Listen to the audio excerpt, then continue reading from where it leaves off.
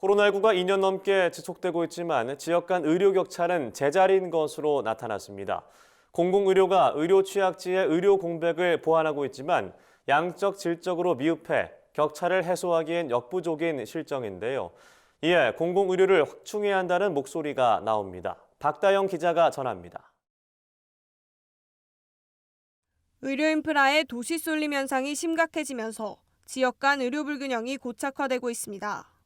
국토교통부의 2020 국토 모니터링 보고서에 따르면 지역별 병원 평균 접근 거리는 서울이 1.97km, 비서울은 최소 4.38km에서 최대 22.73km인 것으로 나타났습니다.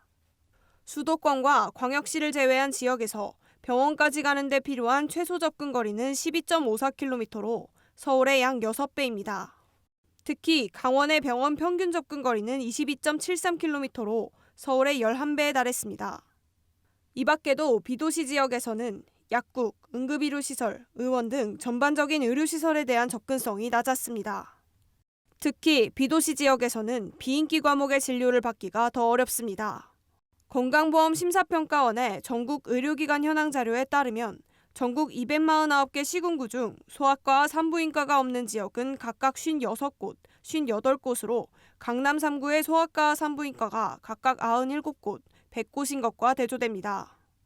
이런 상황에서 공공의료가 의료 접근성이 낮은 지역의 의료 공백을 보완하기 위한 역할을 해 주목받고 있습니다.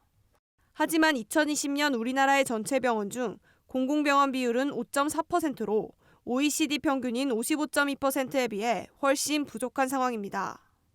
앞서 정부는 제1차 공공보건의료 기본계획을 마련해 2016년부터 2020년까지 추진했습니다.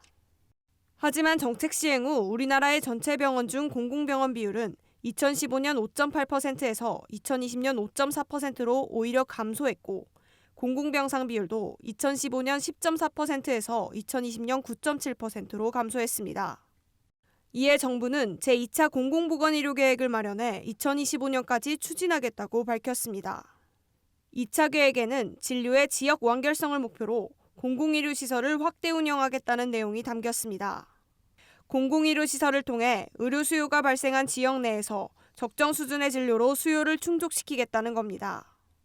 하지만 정부 정책이 구체적이지 않고 지역 주민들의 의견이 반영되지 않았다는 지적이 나옵니다. 규모랑 기능 확대 면에서 부족하고 의료 인력 계획도 별로 없는 것 같고 절차적으로 비민주적이다. 이렇게 세 가지 정도 의견 드릴 수 있을 것 같습니다. 20개소 확충이라고 얘기하고 있는데 실질적으로 신축인 곳은 3군데밖에 없는, 늘리겠다는 계획도 없고 그 늘리는 인력도 그런 공공 의료기관에 종사하게 할 방법에 대해서 내놓고 있지 않은 점이 큰 문제라고 생각이 들고요. 지역 간 의료 불균형 문제를 해소하기 위해선 정부의 보다 적극적인 공공의료 확충 대책이 시급해 보입니다. MBS 박다영입니다.